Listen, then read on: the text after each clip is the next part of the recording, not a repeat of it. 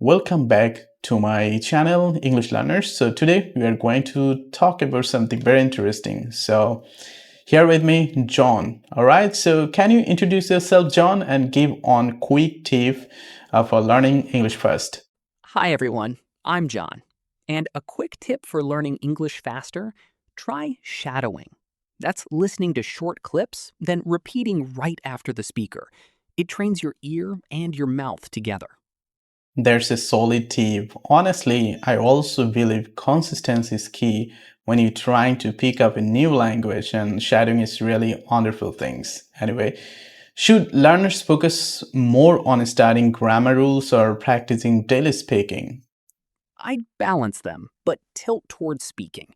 Short, frequent conversations, even with mistakes, build fluency and confidence faster.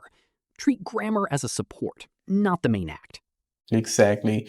I completely agree. Rules are great, but if you don't speak every day, you will never feel confident. All right. So many learners feel nervous about making mistakes. What is the best way to get over that fear? Start small and safe. Speak with a friend or record voice notes alone first. Then gradually raise the stakes. Most people fear judgment more than grammar mistakes, but making mistakes is literally how your brain figures out the language. Exactly, spot on. Even I used to get nervous when I started speaking English, but making mistakes is literally part of the process, I guess.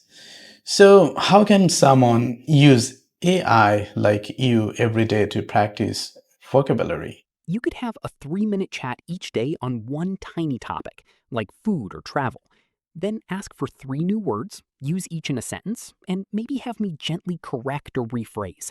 Keep it light, repeat regularly. All right, so basically, using AI is a daily practice, but it's totally free and effective.